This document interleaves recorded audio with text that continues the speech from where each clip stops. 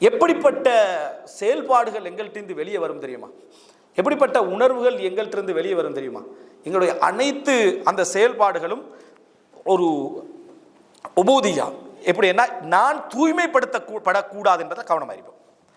இது எங்கள்கிட்ட சரியாக இருந்துட்டு என்று சொன்னால் எங்களோட குறைகளை பற்றி நாங்கள் மிகவும் அறிந்தவர்கள். அல்லாஹ் தஆலா குர்ஆன்ல சொல்றான், பலில் இன்சானு அலா நஃப்ஸிஹி பஸீரா வலவ் அல்கா மஆதீரா. மனிதன் எவ்வளவு காரணம் சொல்லிவிட்டாலும் அவனை பற்றி அவன் மிக தெளிவான அறிவோடு இருக்கிறான். மனிதன் எவ்வளவு காரணங்களை சொல்லிட்டாலும் நான் எந்த நிலையில் இருக்கிறேன் என்பதை அவன் அறிந்தவனாக இருக்கிறான். நான் ஏன் இந்த பிழை விட்டேன், என்ற இபாதத் என்ன, என்ற பெருமையோட லெவல் என்ன, நான் ஏன் இப்படி யோசிக்கிறேன் என்றெல்லாம் அவன் தெளிவானவனாக அவன் என்ன செய்கிறான், இருந்து கொண்டிருக்கிறான். வலவ் அல்கா மஆதீரா, எவ்வளவு காரணங்களை அவன் என்ன சொல்லிவிட்டாலும் சரி. அல்லாஹு தஆலா நம்ம என்ன புரிந்து கொள்ள வேண்டும் என்றால், நம்ம இந்த வணக்க இந்த மாதிரியான சரியான ஒரு பாதையில் நம்ம பயணித்து விட்டோம் என்றால் நம்ம யாரையும் பற்றியும் கெட்ட எண்ணம்னா பாவத்தை பாவமாக வெறுக்கணும், அது உண்மை. ஆனால் அவனை விட சிறப்பானவன் நினைக்க மாட்டோம். சஹாபி போல நம்ம வாழ்றதுக்கான ஒரு முயற்சி நம்ம எடுக்கணும். ஆனால் உலகத்திலேயே மிகப்பெரிய பாவியை கண்டாலும் எனக்கு முன்னால் அவன் சொர்க்கம் போக வாய்ப்பிருக்கு அல்லாஹ்வுடைய மன்னிப்பாளே என்று நம்ம பயப்படணும். நம்ம என்ன செய்யணும், பயப்படணும். இப்படி நமக்கு இருக்காதுன்னு கேட்டால் இல்லை. இந்த மாதிரி பெரும்பாலானவர்களுடைய உணர்வுகள் எப்படி இருக்குன்னா இல்லை. அதாவது அவனுக்கு சில பொழுதுகள்லாம் ஒதுங்கிடுறான். அந்த பாவம் செய்கிறவன் நொந்து ஒதுங்கிடுறான். எப்படின்னா, நீங்களாம் தவா ப்ரோக்ராம் மார்க்கம் விவாதத்தை நிற்கிறேன், எங்களுடைய சிச்சுவேஷன்லாம் எப்படி இருக்குன்னு ஒதுங்கிடுறான். இவரும் என்ன செஞ்சுக்கிறான், என்ன செய்ய அல்லாஹ்வுடைய பெரிய ஒரு நியாமத் இவர் விளங்கிட்டா. இந்த மாதிரியான ஒரு இவர் அருள் சொல்றதும் அவங்க பணிகிறது மாதிரி இருக்கு. அல்லாஹ் தஆலா பணிகிறவனை விரும்புவான். எப்பயும் இன்னல்லாஹ் யுஹிப்பு தவ்வாபீன், தௌபா செய்யக்கூடியவர்களை அல்லாஹ் தஆலா விரும்புவான். அல்லாஹ்வுடைய வசனம். அதனால தான் மன் தவாத அலில்லாஹ் ரஃபஅஹுல்லாஹ், அல்லாஹ்வுக்காக பணிகின்றவர்களை அல்லாஹ் தஆலா என்ன செய்வான், உயர்த்துவான். வ நுரீது அன் நமுன்ன அலல்லதீன ஸ்துதஃபு ஃபில் அர்த் வனஜஅலஹும் அஇம்மத்தன் வனஜஅலஹுமுல் வாரிசீன். இந்த உலகத்தில் பலகீனப்பட்டவர்களை எப்பொழுதுமே நாம் உயர்த்தவே விரும்புகிறோம். பணிஞ்சு அல்லாஹ் உயர்த்த விரும்புவான். இந்த உலகத்தில் எந்த சோதனைகளாக இருந்தாலும் எதாக இருந்தாலும் காஃபிர்களாக இருந்தாலும் சரி, பணிஞ்சிட்டு அல்லாட சுன்னத் என்ன, அவனை உயர்த்தணும்ன்றது அல்லாஹ் விரும்புவான். அல்லாஹ் தஆலாவுக்கு பெருமை அடிப்பவர்கள் அல்லாஹ் என்ன செய்ய மாட்டான், விரும்ப மாட்டான். இன்னல்லாஹ் லா யுஹிப்புல் முஸ்தக்பிரின். முத்தக்கப்பிரின். அப்போ நினைத்து பாருங்க, இது ஒரு மிக முக்கியமான இடம். அப்போ இவருடைய நிலைமையில என்ன இருக்கும்டா, அந்த மாதிரியான உணர்வுகள் உள்ளவர் எப்படி இருப்பார்னா, தான் தூய்மைப்படுத்தப்படக்கூடாதுல மிக கவனமாக இருப்பார். தான் தூய்மைப்படுத்தப்படக்கூடாதுல கவனமாக இருப்பார். ஷைத்தானுக்கு நீங்கள் நினைக்கக்கூடிய எல்லா பாபுலையும் அவன் ஒரு பாபு வச்சிருப்பான். தூய்மைப்படுத்தப்படக்கூடாது என்றதில் ஒவ்வொருத்தரும் கவனமாக இருப்பாங்கன்னா அதில் இயல்பாகவும் இருக்கணும்.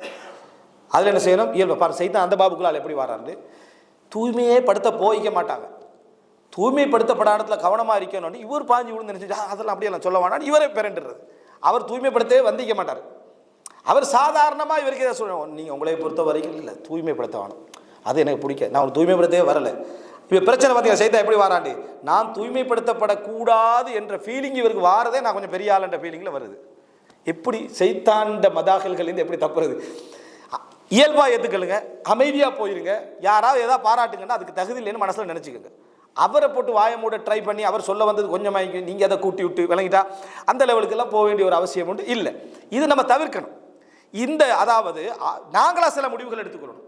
உதாரணமாக ஆயிஷார்லாங்க சொல்கிறாங்க, ரசூலாங்க அடக்கப்பட்டிக்கிறாங்க, அபூபக்கர்லாம் அடக்கப்பட்டிக்கிறாங்க, உமர்லாம் அடக்கப்பட்டிக்கிறாங்க. அங்கே இன்னொரு இடம் இருக்கு. யாருக்குன்னா இன்னொரு ஆள் அடக்கலாம். அப்போ அந்த இடத்துக்கு மிக தகுதியானவங்க யார்?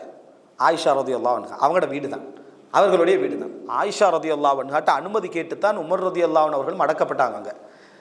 ஆனால் ஆயிஷா ரலியல்லாஹு அந்த ஜமல் யுத்தமெல்லாம் நடந்து முடிஞ்ச பின்னால் ஆயிஷாலாம் சொன்னாங்க, லா ததுஃபின்னி, அதாவது என்னை இந்த இந்த இந்த வீட்டில் என்ன செய்ய வேண்டாம், அடக்க வேண்டாம். வதுஃபின்னி மா சவாஹிபில் பக்கி, பக்கியில் அடக்கப்பட்ட என்ன மற்ற சகோதரிகள் போல, அது மற்ற மனைவியர்கள் போல என்னையும் என்ன செஞ்சிருங்க, அங்கே அடக்கிருங்க. லா உசக்கா பாதஹு அபதா, நான் தூய்மைப்படுத்தப்படக்கூடாது, என்னை தனியாக என்ன செய்யக்கூடாது, இந்த இடத்துல எதுவுமே எனக்காக பிரார்த்தனைகள் தனியாக நடக்கக்கூடாதுன்னு. இல்லைன்னா ஆயிஷாரோட கபர் தனியாக என்ன அவங்களுடைய சொந்த இடத்துல என்ன செஞ்சிருக்கும், இருந்திருக்கும். இன்றைக்கு ஆயிஷாரோட கபர் எதுன்னு எங்களுக்கு என்ன தெரியாது. அப்போ யோசிப்பாங்க ரலியல்லாஹு அன்ஹா. சரியா? அதாவது மக்கள் என்ன செஞ்சிடக்கூடாது, தூய்மைப்படுத்தி விடக்கூடாது என்று சொல்லி உண்மையிலேயே ரசூல் ஸல்லல்லாஹு அலைஹி வஸல்லம் உடைய அனைத்து மனைவிமார்களும் இந்த உலகத்திலும் அவருக்கு மனைவிமார்கள், சொர்க்கத்திலும் மனைவிமார்கள், தகுதி இருந்தும் கூட தங்களை என்ன செஞ்சாங்க, அந்த மாதிரி வரக்கூடாதுன்னு நினைச்சாங்க. அதே போல் அப்துல்லா இப்னு ரவாஹா ஒரு முறை மயங்கி விழுந்துடுறாரு. அவங்களோட சகோதரி அம்ரா பின் ரவாஹா, அவங்க நுமானி பின் பஷீருடைய மனைவி. இவங்க அவர் படை தளபதி ஒருத்தர் மயங்கி விழுந்த உடனே அவருடைய அந்த வீரத்தை சொல்லி தங்கச்சி சத்தம் போடுறான், வாஜபலா மலையே நீங்கள் இப்படியெல்லாம் நடந்து கொண்டீங்களே, இவ்வளோ வீரராக இருந்தீங்களே, இப்படி மயங்கி விழுந்துட்டீங்களே நான் சத்தம் போடுறேன். அவர் மயக்கம் தெளிந்து முடிஞ்ச உடனேயே நீங்கள் என்னென்ன சொன்னீங்கன்னு கேட்டாங்க. அப்போ ஒரு இப்படி புகழ்ந்ததெல்லாம் சொல்கிறாங்க, நீங்கள் ஒவ்வொரு வார்த்தை சொல்லும் பொழுதும் நீ அன்தஹாக்கதா, நீ அப்படிப்பட்டவன் தானாண்டு என்னிடத்தில் கேட்கப்பட்டது, நீ அதுக்கு தகுதியானவர் தானாண்டு என்னிடத்தில் என்ன செஞ்சது கேட்கப்பட்டது. பின்னர் அப்துல்லா பின் ரவாஹா மூத்தா யுத்தத்தில் கொல்லப்படுறாரு. அம்ரா பின் ரவாஹா அவங்களுக்காக என்ன அளவில்லை, அவங்களுக்காக அளவில்லை, இரக்கமில்லாமல் இல்லை, என்னுடைய சகோதரனுக்கு அல்லாவிடத்தில் ஹைர் இருக்கட்டும், நான் இங்கே புகழ்ந்து அல்லாவிடத்தில் என்ன இவருடைய அந்த தகுதியை நம்ம குறைச்சிடக்கூடாது. அல்லாவிடத்தில் என்ன பார்வை அதான் பார்வை. நம்மளா புகழ்ந்து என்ன செய்ய வேண்டிய அவசியம் இல்லை, அவருடைய அந்தஸ்து கூட போடுறதில்லை. உண்மையில இறந்த ஒருவருக்கு அந்தஸ்து கூட நம்ம நினைக்கிறோம்டா அவருக்கு பாவ மன்னிப்பு தேடணும், அவருக்காக பாவ மன்னிப்பு தேட வேண்டும், அவங்களோட பிள்ளைகள்கிட்ட நன்மைகளை செய்ய, அவருக்காக நன்மை செய்ய தூண்ட வேண்டும். இதான் நம்ம செய்ய வேண்டியது. அதை விட்டுட்டு புகழ்றது அவருக்கு ஒரு பிரயோசனம் இல்லை, இயல்பான புகழ்ச்சியை தவிர. இயல்பான புகழ்ச்சின்னா நல்ல மனுஷப்பா நல்லா வாழ்ந்தார் என்று மக்கள் இயல்பாக பேசிக்கிட்டு போவாங்களே, அந்த மாதிரியான புகழ்ச்சிக்கு அது நல்ல ஒரு அடையாளம். அது அல்லாமல் அவரை புகழ்வது என்பது எந்த விதமான ஒரு, அதான் இமாம் ஹசன் பஸ்ரி ரஹ்மத்துல்லாஹி என்ன சொன்னார், மக்கள் வாழ்கிற டைம்லேயே முகஸ்திதியோட வைக்கிறாங்க, மௌத்தாகின பின்னாலும் முகஸ்திதியோட தான் வைக்கிறாங்க. மௌத்தாகினால் எனக்கு எத்தனை பேர் பார்க்க வருவாங்கன்ற யோசனையே அவனுக்கு எதை காட்டுது, இவன் ஒரு இஹ்லாஸ் இல்லாத தன்மை மௌத்துக்கு முன்னால் இப்போ என்ன செஞ்சுட்டான் ஏற்படுத்திட்டான்றதை காட்டுது. எனவே தூய்மைப்படுத்தப்படுவதை அவர்கள் என்ன செய்ய மாட்டாங்க, விரும்ப மாட்டார்கள். இது அவர்களுடைய அவங்க தஸ்கியால ஓடிக்கொண்டே இருப்பாங்க, தஸ்கியால என்ன செஞ்சுப்பாங்க ஓடிக்கொண்டே இருப்பாங்க. அபூபக்கர் ரலியல்லாஹு அன்ஹு அவர்கள் எப்போ புகழப்பட்டாலும் என்ன சொல்லுவாங்க, அதாவது அல்லாஹும்ம லா துஆஹித்னி பிமா யகூலூன் வக்ஃபிர்லி மா லா யஅலமூன் வஜஅல்னி கைரம் மிம்மா யظنون. யா அல்லாஹ் இவர்கள் சொல்வதை வைத்து என்னை குற்றம் பிடித்து விடாது. முதல் வார்த்தை, நான் இதுக்கு தகுதியே இல்லை. உலகத்தில் யார் புகழ்ந்தாலும் யார் விமர்சித்தாலும் சரியாக செய்யலை. ஒருத்தரை நீங்கள் உள்ளத்துக்கு புகழ்றீங்கடா, உள்ள விஷயத்தை தான் புகழ்றீங்கடா, கொஞ்சம் கூட தான் புகழ்வீங்க, அவரோட அளவுக்கு என்ன செய்யலாது புகழ இயலாது. விமர்சிச்சிங்கன்னா கொஞ்சம் கூட தான் என்ன செய்வீங்க விமர்சிப்பீங்க, அளவுக்கு என்ன செய்யலாது விமர்சிக்க இயலாது. அப்போ என்ற அளவுக்கு என்ன செய்யணும், தவிர்த்துடணும். நிர்பந்தமான ஒரு நிலைமையில நம்ம சொல்ல வந்தால் அதை அளவாக சொல்கிறது கஷ்டமன்றதை என்ன செய்யணும் உணர்ந்து கொள்ளணும். அதனால நபி அவங்க சொன்னாங்க, நீங்கள் யாரை தூய்மைப்படுத்தி பேசினாலும் ஃபல் யகுல், அவர் சொல்லட்டும், அஹ்சிபுஹு ஹாகதா வலா உஸக்கி அலல்லாஹி ஹதா, அவ்வாறு தான் நான் நினைக்கிறேன், இதுக்கு மேல் அவரை நான் என்ன செய்ய மாட்டேன், அல்லாவுக்கு மேலே யாரையும் நான் தூய்மையாக என்ன செய்ய மாட்டேன் நினைக்க மாட்டேன் என்று சேர்த்து சொல்லுங்க நான் செய்ய வேண்டி வந்தா.